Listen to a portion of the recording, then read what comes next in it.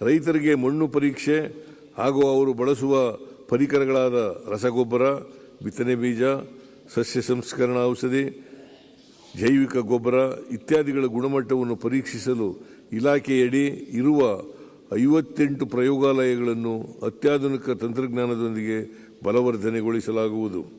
ಸುಸ್ಥಿರ ಸಾವಯವ ಕೃಷಿಯನ್ನು ಉತ್ತೇಜಿಸಲು ಉತ್ತರ ಕರ್ನಾಟಕ ಜಿಲ್ಲೆಯ ಜೋಯಿಡಾ ತಾಲೂಕನ್ನು ರಾಜ್ಯದ ಪ್ರಥಮ ಸಾವಯವ ತಾಲೂಕನ್ನಾಗಿ ಪರಿವರ್ತಿಸಿ ರೈತರ ಸಾವಯವ ಉತ್ಪನ್ನಗಳಿಗೆ ಮಾರುಕಟ್ಟೆ ಒದಗಿಸಲು ಸಾವಯವ ಪ್ರಮಾಣೀಕರಣ ವ್ಯವಸ್ಥೆ ಕಲ್ಪಿಸಲಾಗುವುದು. ಬೆಳಗಾವಿ, ಬಾಗಲಕೋಟೆ, ವಿಜಯಪುರ, ಕಲಬುರಗಿ ಮತ್ತು ಮಂಡ್ಯ ಜಿಲ್ಲೆಗಳಲ್ಲಿ ಒಟ್ಟಾರೆ 3,000 ಹೆಕ್ಟೇರ್ ಪ್ರದೇಶದಲ್ಲಿ ಸಮಗ್ರ ಮಣ್ಣು ಮತ್ತು ನೀರಿನ ನಿರ್ವಹಣೆ, ಸಮರ್ಪಕ ತ್ಯಾಜ್ಯ ನಿರ್ವಹಣೆ, ನೀರಿನ ಬಳಕೆ ಮತ್ತು ಸಮತೋಲನ ಪೋಷಕಾಂಶ ನಿರ್ವಹಣೆಯನ್ನು ಸಕ್ಕರೆ ಕಾರ್ಖಾನೆಗಳ ಸಹಯೋಗದೊಂದಿಗೆ ಜಾರಿಗೊಳಿಸಲಾಗುವುದು.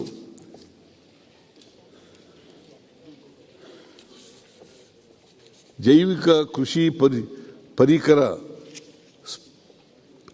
ಸ್ಮಾರ್ಟ್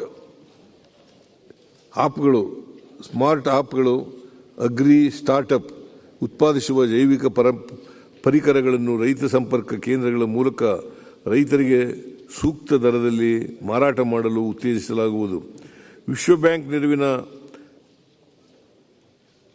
ರಿವಾರ್ಡ್ ಯೋಜನೆಯಡಿ ಈವರೆಗೆ ಒಟ್ಟಾರೆ 12.90 ಲಕ್ಷ ಹೆಕ್ಟೇರ್ ಪ್ರದೇಶದಲ್ಲಿ ಭೂ ಸಂಪನ್ಮೂಲ ಸಮೀಕ್ಷೆ ಪೂರ್ಣಗೊಳಿಸಲಾಗಿದೆ. ಪ್ರಸಕ್ತ ಸಾಲಿನಲ್ಲಿ 11 ಲಕ್ಷ ಹೆಕ್ಟೇರ್ ಪ್ರದೇಶದಲ್ಲಿ ಸಮೀಕ್ಷೆಯನ್ನು ಪೂರ್ಣಗೊಳಿಸಲು ಕ್ರಮ ವಹಿಸಲಾಗುವುದು. ಭೂ ಸಂಪನ್ಮೂಲ ಸಮೀಕ್ಷೆ ಆಧಾರದ ಮೇಲೆ ರೈತರು ಸೂಕ್ತವಾದ ಬೆಳೆಗಳನ್ನು ಬೆಳೆಯಲು ಅಗತ್ಯವಿರುವ ರಾಸಾಯನಿಕ ಗೊಬ್ಬರ ಹಾಗೂ ಪೋಷಕಾಂಶಗಳನ್ನು ಬಳಸಿ ಬೆಳೆಗಳ ಉತ್ಪಾದನೆ ಹೆಚ್ಚಿಸಲು ಪ್ರೋತ್ಸಾಹಿಸಲಾಗುವುದು. ಮಂಡ್ಯ ಕೃಷಿ ವಿಶ್ವವಿದ್ಯಾಲಯವನ್ನು ಸ್ಥಾಪಿಸಲು ಈಗಾಗಲೇ ಅನುಮೋದನೆ ನೀಡಿದ್ದು, ಮೂಲಸೌಕರ್ಯ ಕಲ್ಪಿಸಲು 25 ಕೋಟಿ ರು ಒದಗಿಸಿ ಪ್ರಸಕ್ತ ಸಾಲಿನಲ್ಲಿ ತರಗತಿಗಳನ್ನು ಆರಂಭಿಸಲಾಗುವುದು. ಬರ ಮತ್ತು ರೋಗ ನಿರೋಧಕ ಲಕ್ಷಣಗಳ ಸಂಶೋಧನೆ ಕೈಗೊಂಡು ಬೆಳೆಗಳ ಉತ್ತಮ ತಳಿ ಅಭಿವೃದ್ಧಿಪಡಿಸಲು ಬೆಂಗಳೂರಿನ ಗಾಂಧಿ ಕೃಷಿ ವಿಜ್ಞಾನ ಕೇಂದ್ರದಲ್ಲಿ ಸಸ್ಯ